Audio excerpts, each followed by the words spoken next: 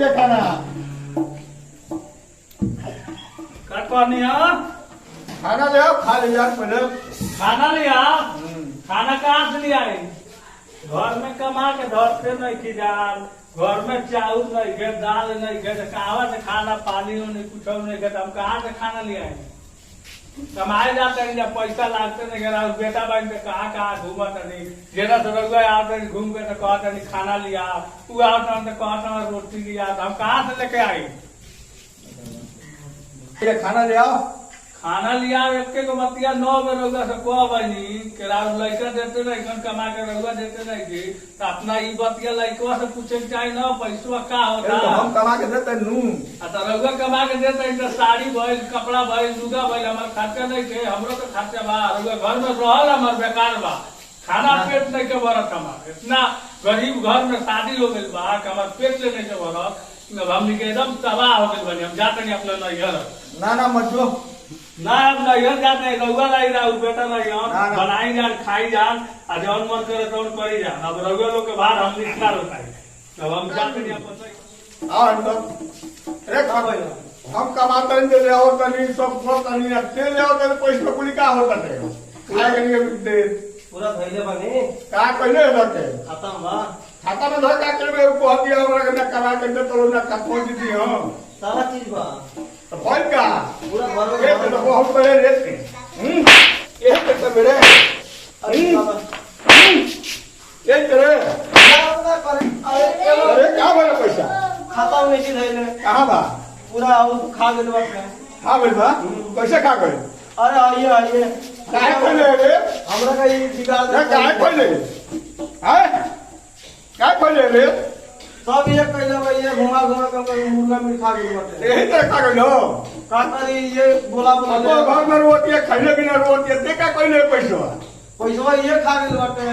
का बोले लावे के बोला छोड़ाओ ना जला बजाओ ढोलक बजाओ ना तो छोड़ाओ।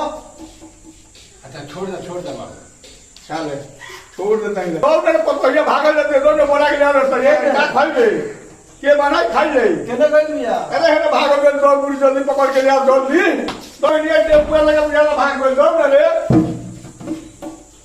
अरे कहाँ जाते हो? कहाँ जाते हो? आज कहाँ जाते हो? कहाँ जाता रू? बाबूजी से झगड़ा भइल, अभी पेट ना भरल। राहुल बाबूजी से झगड़ा क के तो भाटी से झगड़ा क के आ भाग कम आई बनी हमरा के अब रउआ मत बोलावे। रउआ बानी जब कमाता है जब लुहेड़न संगे दारू मीट हाबी जाबी खाता है जब पियता है जा घर में बेटी पतो भाई तो ओकर चिंता नहीं के भोजन कहा चाहिए। अरे अब ना होई हाय अब ना होगा तो एको सब पर चले घर रहत करे बाहर के पड़ी सरकार बाहर के अच्छा सब सब चले। चीज करे घर भी बाहर है हाँ। कपड़ा भी पीछे खाना भी बनाए हाँ। आ कहू तो गोलवा दबाए बोलो दबाए हाँ, तो दा- और बात सुनो सब काम करे हाँ ठीक बा। हाँ, बोली लेकिन दोनों का कर चाहे घर में रह गई मरी हो केवाड़ी तुम बोल कर लियो। केवाड़ी बंद करके मारे नहीं। हम जब इज्जत ले तुल जाए तो झाड़ू उठा के और रघुओ को मारे मारा बाबूजी के मारे। अरे ऐसा ना बाबूजी तो पोसले वाले तो बाबूजी पोसले बानी पहले गोड़ दबाई तबे हम घर जाए। ऐसे की है हाँ यही हम सुते रोडे पर। और रोडे पर ढोलकिया देखी अब अशोक कॉमेडी सबे वाला के जानते रहो अशोक हाँ। कॉमेडी के टेम्पू वाला के हम जोत रही हो हाँ। हे या बैठ के हाँ। आई अगर टेम्पू अगर लेट हो गई तो रउआ से पकड़ा गई हाँ। ना तो आज हम भाग गई रहते। ना ओकरा टेबू पर चढ़ियो ओकरा टेम्पू ना तार चढ़े के दवा में भल गई घर चलो ओकरा टेम्पू ना चढ़े ना ओको ना दूसरे कोनो पर चढ़ जाए दूसरे कोनो पर आगे चढ़ गोड़ जाए। दबाओ हम गोड़ दबाओ तब मर जाए। बता तो नहीं कस के दबाओ और ही बस के हाँ कितना जोड़ दे अरे बड़ी करिया तो ना करिया तो हाँ तो मैंने बुढ़ा अब बुढ़ा तो कौन तोरा के याद करो आज के बाद हमने कुछ ना कर दे वो कहीं ना जाए कमाई ले खेती बाड़ी सब कर दे लेकिन कुछ भी ना कर दे सुधार जाए के हर परिवार चलावे के बढ़िया से ठीक बात तो आगे भी मत करियो मर्यादा में बड़ी भागत दियो हो जात तुम्हारा तो तू धो जा कितना पैरवी करे तो दिया भइल चलो ना बाप बेटा दुनिया कमाई ले हम ना दिक्कत होई हां ना तू अब मत लड़ाई मत करो अब कुछ ना करो मान गए हम ना करो बस सुधार गइल सुधार जा ना तो मान करी एकरा का होई। हम बोलाओ तनी। हां हां बुलाओ हो तनी आओ। बुलाओ। देखी प्रणाम बाबू खुश रहो।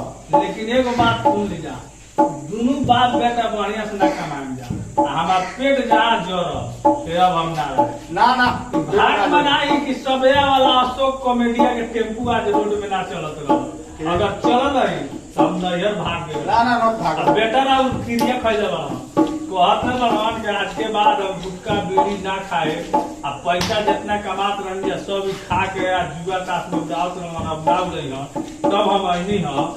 आ जल्दी आज के बाद सब के सुधर जाओ, आ बढ़िया से कमाई जाओ कि घर परिवार बढ़िया से चलो, आ कोनो अथी नहीं के करेंगे। ठीक नु? ठीक बात। हाय दोस्त, ये हमारा ग्रुप है, ये बांसगांव का सिंगल मास्टर है, नया ग्रुप हम लोग का बना है। और ये चाचा का नाम है दिनेश और इसका नाम है अमरेश। हम लोग का टीम यही है और हम लोग से जो गलती हुआ है उसको माफ कीजिएगा। हम लोग वीडियो बनाए हैं घर परिवार पर, और वीडियो अच्छा लगे तो लाइक कमेंट शेयर सब्सक्राइब करते रहिए।